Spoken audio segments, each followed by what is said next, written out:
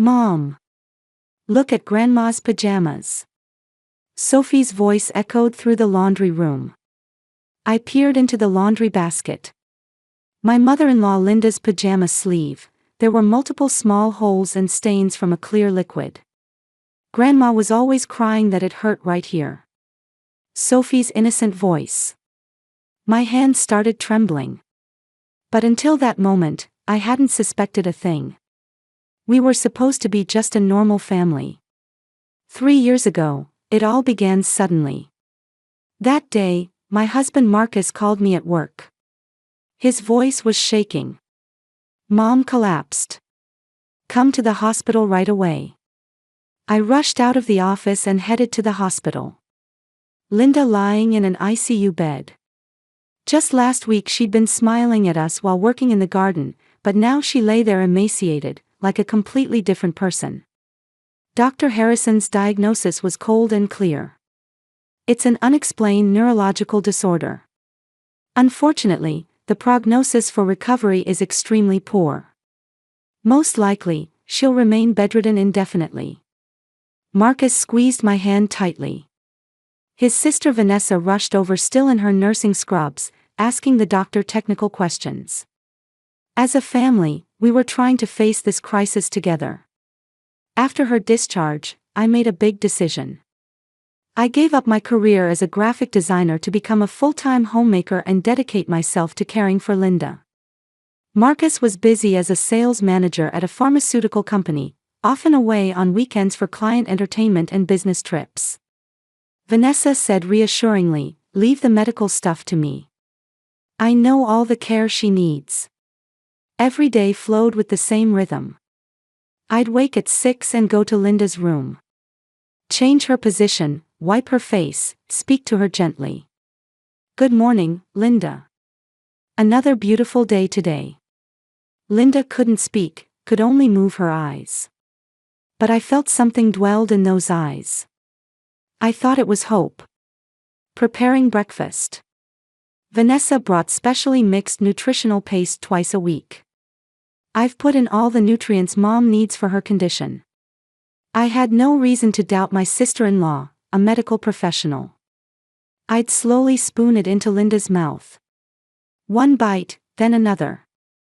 Sometimes tears would flow from Linda's eyes. "Does it hurt? Is it too hard?" I'd ask, but no answer came. Only tears streaming down her cheeks. Bath assistance was every other day. Supporting Linda's thin body, I'd wash her carefully. Bones protruding all over. Her plump figure from 3 years ago was nowhere to be found. "Linda, I wish you'd eat more." At my words, Linda's eyes would move slightly. But I didn't understand what it meant. My only solace was my 5-year-old daughter Sophie. Every day when she came home from school, she'd go straight to Grandma's room. "Grandma, guess what? I drew flowers in art class today. Look." She'd hold up her kindergarten drawing in front of Linda's eyes. Linda's eyes seemed to brighten slightly. Sophie would say happily, "Grandma's smiling." A child's pure eyes might see things we adults can't. But my own health had somehow gone wrong too. My hands trembled. Even when I woke in the morning, my body felt heavy as lead. My concentration wouldn't last, and even keeping simple household accounts took longer and longer. When I talked to Marcus about it, he said kindly, "Don't push yourself too hard. You're exhausted from caregiving and raising Sophie. Why don't you rest sometimes?" Vanessa was considerate too, "You're under stress. Rest when I'm here." On the surface, we were a kind, cooperative family. Marcus, even tired from work, checked on Linda's condition. Vanessa visited between work shifts to give medical advice. Our neighbor Mrs. Chen would say, "It must be so hard, Claire. Here, have this for dinner," occasionally bringing homemade food. My former colleague Rachel called once a month, "You need a break. Let's have lunch sometime." Every night, I'd sit by Linda's bedside and say, "Good night, Linda," kissing her forehead. Sophie would whisper in her small voice, "Night, Grandma. I love you." Linda's eyes would gaze at us. I didn't yet know what those tears meant. One night, around 2 a.m., I woke up thirsty. Walking down the hall, I saw light leaking from Linda's room. The door was slightly open, and I could see Marcus. Just as I was about to call out, Marcus came out of the room. "Oh, Claire. I was checking on Mom. Sometimes her breathing gets irregular." I smiled and said, "Thank you," then returned to my bedroom. Marcus was kind, Vanessa was cooperative. I believed Linda's tears were from her illness, and my health problems were from fatigue.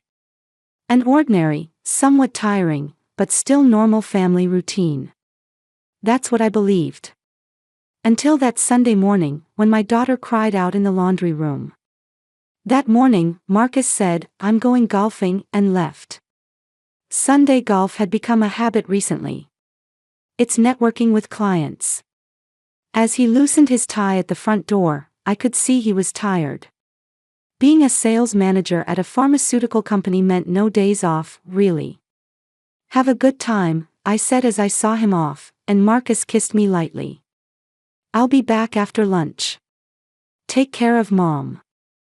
His gentle voice. The usual words. I nodded with a smile. Around 9, Vanessa called. "Claire, I'm going shopping today, so I'll check on Mom this evening." Vanessa's cheerful voice. She'd been working night shifts as a nurse, so she needed rest on Sundays. "Take it easy," I said. "Thanks. Call if anything comes up." The phone clicked off. Only Sophie, Linda, and I were home now. Cleaning up breakfast in the kitchen, I organized today's schedule in my head. Laundry, Linda's bath, lunch prep, a walk to the park with Sophie. Sunday routine. Nothing different, just another Sunday. "Mom, I'll help." Sophie ran into the kitchen. My 5-year-old had recently fallen in love with helping out. "Thank you, Sophie. Let's collect the laundry together, shall we?" Sophie nodded happily. "Grandma's room too?" "Yes, Grandma's room too." When I opened Linda's door, morning sunlight streamed through gaps in the curtains. Linda lay in bed, eyes open, staring at the ceiling. "Good morning, Linda. It's a beautiful day today." I spoke to her as always. Linda's eyes turned slightly toward me. "Grandma, good morning." Sophie rushed to the bedside and held Linda's hand. A tear ran down Linda's cheek. I gently wiped it with a tissue, whispering, "It's all right, Linda. We're here with you today too." Linda's lips seemed to move slightly. Was she trying to say something? But no sound came. I hadn't heard her voice once in 3 years. "Mom, where's Grandma's laundry?" Sophie's voice pulled me back to reality. "Oh, sorry. The basket's next to the bed." The small wicker basket held Linda's pajamas and towels.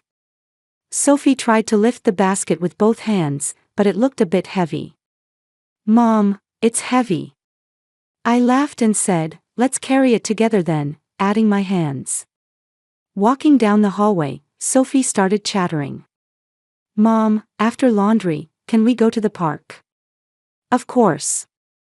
We'll go after lunch." "Yay! I want to go on the swings."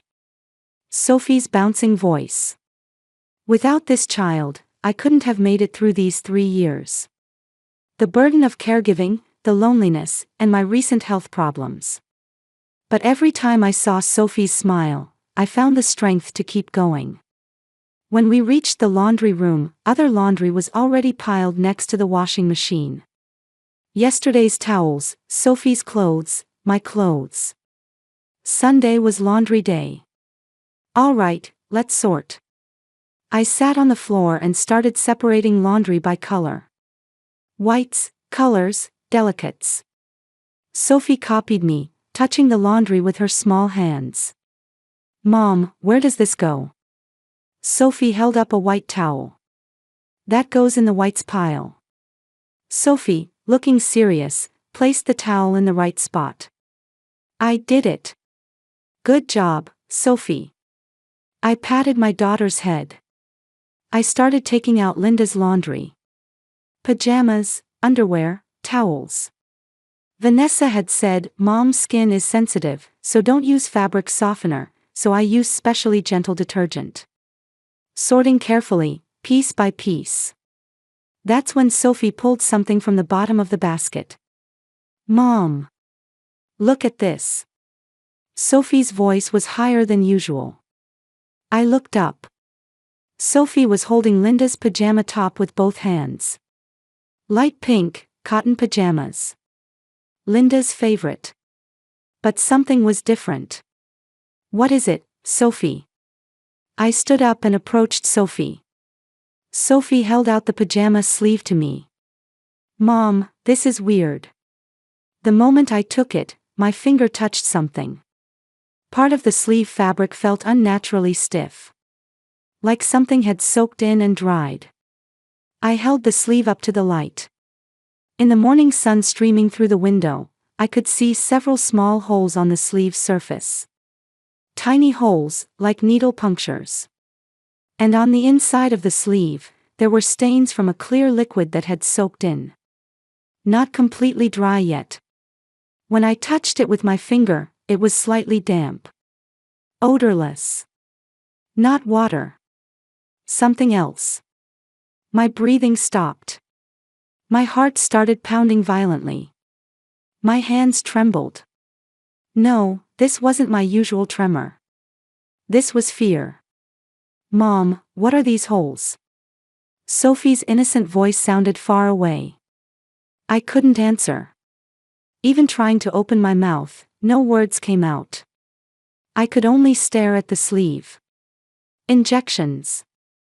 The moment that word floated into my mind, something cold ran through my entire body. Mom, Grandma was always crying that it hurt right here. Sophie's words pierced my eardrums. What? Finally, my voice came out. I turned towards Sophie. My daughter said it like it was nothing. Grandma would touch here at night and cry. She looked like it hurt. Sophie pointed to the inside of her own arm. Since when? When did this start happening? My voice cracked. Sophie tilted her head. A long time ago. Uncle Marcus said it was medicine, but Grandma's face looked really scared.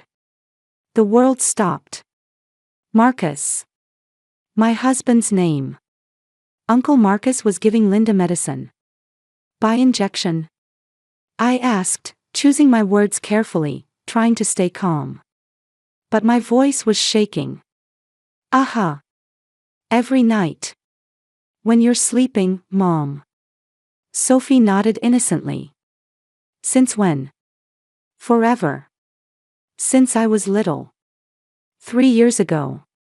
Since Sophie was 2. Since Linda collapsed. What about Aunt Vanessa? Was Aunt Vanessa there too? Aha. Sometimes. Auntie would hold down Grandma's arm. Because Grandma was trying to move. The strength left my knees. I sank to the laundry room floor. Still clutching the pajama sleeve. 3 years. Every night. Marcus. Vanessa. Had been injecting Linda with something. Linda's tears. They weren't from illness. They were from pain. From fear. Mom, what's wrong? Sophie peered worriedly into my face. I hugged my daughter. Tight, so tight. Sophie, thank you for telling me. Thank you so much. My voice shaking, I said it. In my head, everything was starting to connect. Linda's sudden illness. The unexplained diagnosis. Vanessa's words, leave the medical stuff to me. Marcus's late-night visits. My health problems. Trembling hands. Chronic fatigue. And these injection marks. Mom, is Grandma okay? Sophie's voice. I stood up, still gripping the pajama sleeve. She'll be fine, Sophie. But Mom needs to go to Mrs. Chen's for a little bit. Neighbor Mrs. Chen. Former nurse. If these marks really were injection sites, she'd know. I threw down the laundry and ran out of the laundry room with the pajamas. Sophie followed behind me. I ran down the hallway. Opened the front door. Headed to the house next door. I pounded on Mrs. Chen's door over and over. Mrs. Chen. Mrs. Chen. My voice was shaking. My breathing ragged. Sophie was gripping the hem of my clothes. The door opened, and Mrs. Chen stood there looking surprised. Claire. What's wrong? You look. Instead of answering, I held out the pajama sleeve. My hands were shaking so badly I could barely hold it. Mrs. Chen took the pajamas from my hands, frowning. Come inside. You too, Sophie. She showed us into the living room. I couldn't even sit in a chair, just stood there watching Mrs. Chen examine the pajamas. Mrs. Chen moved to the window and held the sleeve up to bright light. She put on her reading glasses and carefully felt the fabric with her fingers, checking each hole one by one. Then she brought her nose close to the stain on the inside of the sleeve. Her expression changed. Claire, where did this come from? It's Linda's pajamas. This morning, when we were about to do laundry, Sophie found it. Mrs. Chen looked at me. A serious look in her eyes. Claire, sit down. Gentle but firm. I obeyed. My knees were shaking. Mrs. Chen turned to Sophie. Sophie, there are cookies in the kitchen. Could you get some? Sophie nodded happily and ran to the kitchen. She wanted to keep the child away. This was that serious. Mrs. Chen sat across from me and spread out the pajamas. Claire, these are injection marks. The words I'd expected. But actually hearing them made the blood in my body freeze.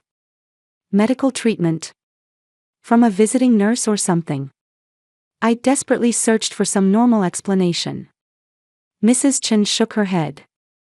No. This isn't medical treatment. Claire, I was a nurse for 30 years. Proper medical procedures don't leave marks like this. And this frequency is abnormal. This sleeve alone shows more than 10 injection sites. But Linda's bedridden and needs medication. When oral medication and 4 lines exist, why would someone need to inject directly into the arm every night? And through the pajamas? I was at a loss for words. And this stain. Mrs. Chen pointed to the inside of the sleeve. It's still damp. We need to analyze this. Analyze? I have a former colleague who's a clinical lab technician. Tomorrow, I'll take this sleeve and have it tested. We'll find out what was being injected. I could only nod. Claire, can I ask you something else? Mrs. Chen's voice became even more serious. Your hands, they're shaking constantly. Since when? I looked at my hands. They were definitely shaking. As usual. About 6 months ago. I thought it was stress from caregiving. Any other symptoms?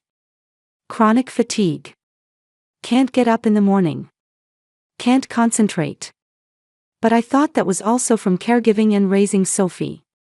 Mrs. Chen sighed deeply. Claire, you should get a blood test too. Right now. Me? But why? If poison was being administered to Linda. Poison. The moment I heard that word, the room spun. You might be a target too. I gripped the back of the chair. I couldn't stay standing.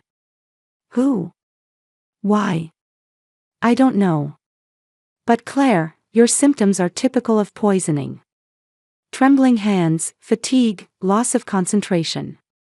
Especially similar to chronic arsenic poisoning. Arsenic. Poison. Chronic poisoning. But who would poison me? I started to say, then stopped. The food I ate every day. Who prepared it? Who was in the house? Marcus. Vanessa. Mrs. Chen, what should I? First, we gather evidence. Wait for the pajama analysis results. And you get a blood test. I'll introduce you to a doctor I know. Someone who can test you without anyone knowing. What about the police? Without evidence, they won't move. But with evidence, they will. So for now, stay calm. Act normal. Don't let anyone notice. I took a deep breath. All right. Sophie came back from the kitchen, holding cookies in her hands, smiling happily. I had to protect this child. Protect Linda. And uncover the truth. 2 days later, Mrs. Chen called. Claire, the results are in. Come right away. I let Sophie play in the yard next door and went into Mrs. Chen's house. On the living room table lay a test report. Sit down, Claire. I sat. My heart was pounding violently. The stain on the pajamas tested positive for a drug called succinylcholine. Succinylcholine. It's a muscle relaxant. Used medically, but normally only during surgery as an anesthetic aid, under strict physician supervision. With long-term administration, muscles become paralyzed and movement becomes impossible. And if administration continues, Mrs. Chen cut off her words. The person becomes bedridden. The words leaked from my mouth. Yes. Linda's condition isn't illness. Someone intentionally created it. The room fell silent. And this. Mrs. Chen handed me another envelope. Your blood test results. My trembling hands opened the envelope. I scanned the report. Technical terms lined the page, but one section was circled in red marker. Trace amounts of arsenic detected. The letters blurred. Claire, you were being poisoned too. Small amounts, over a long period. Not to kill you. To weaken you. Why? I don't know. But someone was trying to incapacitate both you and Linda. There must be a reason. I stood up. My knees were shaking. But now wasn't the time to collapse. I'm going to the police. Wait, Claire. The evidence isn't enough yet. Just pajamas and a blood test don't identify the perpetrator. But wait a little longer. Let's gather more evidence. To catch the culprit for sure. Mrs. Chen placed her hand on my shoulder. Claire, you're a strong woman. You've cared for Linda for 3 years. With that strength, you can uncover the truth. I'll help you. I nodded. Tears ran down my cheeks. Tears of anger. Tears of sadness. I didn't know myself. Thank you, Mrs. Chen. No need for thanks. That's what real neighbors do. Walking home, I was thinking. 3 years. I'd cared for Linda. Every day, feeding her, washing her, talking to her. Trying to understand the meaning of Linda's tears. But all that time, Linda was being poisoned. And so was I. Who? Why? I didn't have the answers yet. But I would find them. For Linda. For Sophie. And for myself. The truth would come out. That day, I made up my mind. When I got home, I went to Linda's room. I sat by the bedside and held Linda's hand. Linda's eyes looked at me. Linda, I'm sorry. I was too late to notice. But now I understand. You weren't sick.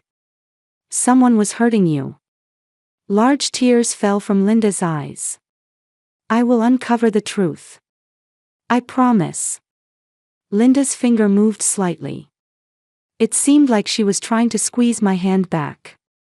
Let's fight together, Linda. You're not alone anymore. The next day, I told my former colleague Rachel everything.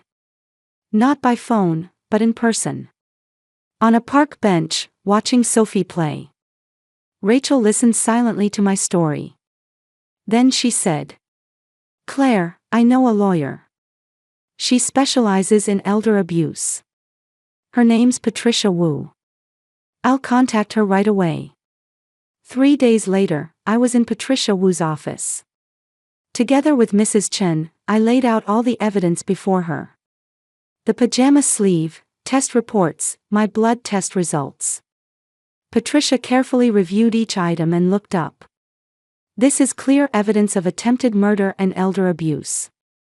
But to win in court, we need decisive evidence identifying the perpetrator." "How?" "By recording their actions. Video evidence would be perfect."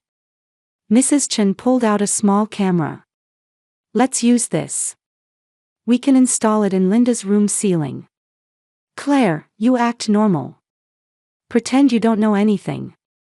I nodded. I was afraid. But more than that, I was angry. That night, Mrs. Chen and I installed the camera in Linda's room ceiling.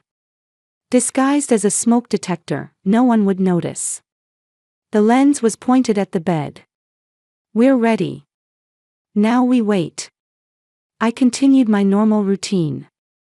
Smiled at Marcus and said, "Welcome home," accepted the special food Vanessa brought, continued caring for Linda. But in my heart, I was constantly thinking about the camera. Would they come tonight? That night, 11 p.m. I was in the bedroom with my eyes closed, pretending to sleep. I heard footsteps in the hallway. 2 sets. The sound of Linda's door opening. The camera was recording everything. The next morning, we checked the footage at Mrs. Chen's house. What appeared on screen was a scene I didn't want to see. Marcus and Vanessa entering Linda's room. Vanessa asking, "How much longer?" Marcus answering, "A few more months. Once Claire's too sick to fight, we'll have it all." Marcus exposing Linda's arm. Linda's eyes widening in fear. Her mouth moving. A small voice audible, "Stop." But Marcus pulled out a syringe. Vanessa saying, "She's resisting." Marcus coldly answering, "Doesn't matter. She can't move anyway." The needle piercing Linda's arm. Linda's face contorting in pain. And Vanessa's voice, "What about Linda? When?" Marcus answering, "Once the paperwork goes through. We'll make it look like natural causes." The screen shook. Because I'd kicked my chair. They were planning to kill her. Linda. Me. Patricia placed her hand on my shoulder. "This is enough. But let's dig deeper. We need to establish motive." I went to the bank and property registry. With Patricia's legal authority, we looked into assets in Linda's name. The results were shocking. 2 houses in Linda's name, worth a combined $1.3 million. Already transferred to Vanessa's name. Investment accounts too, $450,000 moved to Vanessa's account. The signatures looked like Linda's. But when we hired a handwriting analyst, the result came back, extremely likely to be forgeries. Total, $1.75 million. That's how much they'd stolen. Still not enough. "We don't see the core of the motive," Patricia said. Then she suggested we thoroughly search Linda's room. While Marcus and Vanessa were out, I searched Linda's room from top to bottom. Under the bed, the back of the closet, behind drawers. And I found an envelope under the mattress. Inside was a note written in shaky handwriting. "Marcus is poisoning me. I am Linda Chen, former prosecutor. This is evidence." Dated records followed. January 2022, first injection. June, legs stopped working. September, started mixing something into Claire's food. And there were also labels from medicine bottles apparently recovered from the trash. Linda knew everything. But her body couldn't move, she couldn't speak. So she'd left evidence. Patricia continued investigating. And a stunning fact came to light. Marcus and Vanessa's birth mother was someone else. Linda was their father's second wife, their stepmother. Their birth mother had disappeared 30 years ago, and when their father died, Linda inherited everything. That's why they resented Linda. They thought she'd stolen from them. Patricia said. Furthermore, when we looked into Dr. Harrison's past, 5 years ago he'd almost been sued for medical fraud. He'd settled for $50,000. And we found records of $800,000 being transferred to an overseas account in Marcus's name from a bank in the Cayman Islands. The final push came from Vanessa's husband Brian. I told him the truth. Brian knew nothing. That his wife was abusing his mother-in-law and stealing money. That's a lie. Vanessa. But when I showed him the evidence, his face changed. And he found the decisive email on Vanessa's computer. Marcus transferred another $50,000 this month. 6 more months and Claire will be completely incapacitated. Brian said in a trembling voice. Let's go to the police. Right now. Patricia, me, Mrs. Chen, Brian. The 4 of us went to the police station. We submitted all the evidence. Video recordings, drug analysis, blood tests, property transfer records, signature forgery analysis, records of bribes to Dr. Harrison, Linda's evidence notes.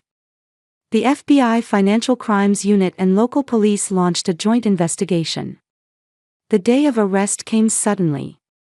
I was preparing dinner when the doorbell rang. Marcus said, "Who is it?" and opened the door, and police officers rushed in. Marcus Johnson, Vanessa Brown, you're under arrest for attempted murder, elder abuse, fraud, and document forgery. Marcus's face turned pale. What are you talking about? Claire. I came out of the kitchen. Calmly, clearly, I said. You tried to murder your own mother. And me too. An officer showed the video on a tablet. The screen showed Marcus administering an injection. Marcus's knees buckled. Vanessa screamed. This is a misunderstanding. But Brian stepped forward. It's not a misunderstanding, Vanessa. I found your emails.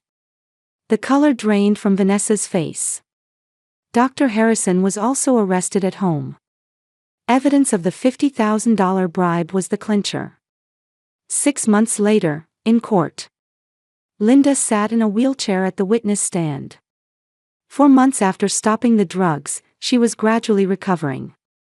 She still couldn't walk, but her speech was starting to return. My stepchildren tried to eliminate me for money. Linda's voice trembled but was strong. But my granddaughter Sophie saved my life. Sophie also testified in a special room for children. A kind female officer accompanied her. Uncle Marcus hurt Grandma every night. Grandma was crying. I also took the stand. They tried to weaken me so I couldn't fight. But they failed. I will fight. For Linda. For my daughter. And for everyone else who might suffer the same fate. Sentencing day. The judge read out. Marcus Johnson, 15 years. Attempted murder, elder abuse, fraud, document forgery. Vanessa Brown, 12 years. Same charges plus permanent revocation of nursing license. Dr. Harrison, 10 years, permanent revocation of medical license, $2 million in civil damages. All property was returned to Linda's name. Marcus's overseas account of $800,000 was also seized. The divorce was finalized too. I received $200,000 in alimony and full custody of Sophie. Linda created a new will. All her assets to Sophie and me. As I left the courtroom, I made eye contact with Marcus.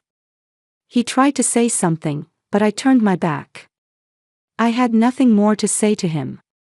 A year and a half later, Linda was walking slowly through the garden with a cane. Gradually recovering from the effects of the muscle relaxant, she could now walk short distances on her own.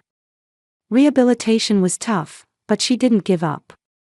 The toxins left my body completely. The trembling in my hands stopped, the chronic fatigue disappeared. When I woke in the morning, I felt energy filling my body. I also resumed graphic design work.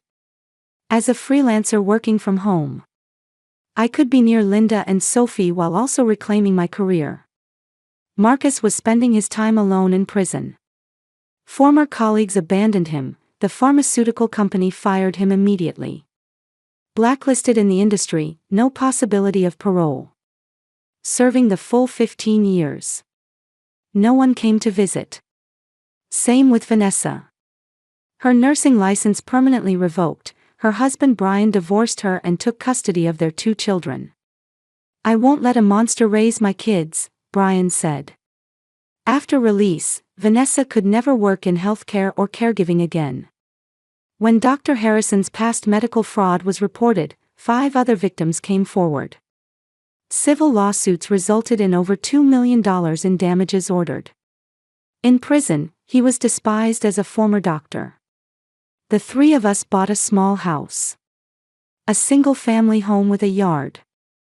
In Linda's name, but the will stated it would go to Sophie and me. Sunday morning, the 3 of us making pancakes in the kitchen. "Sophie, you've gotten so good at this," Linda said with a smile.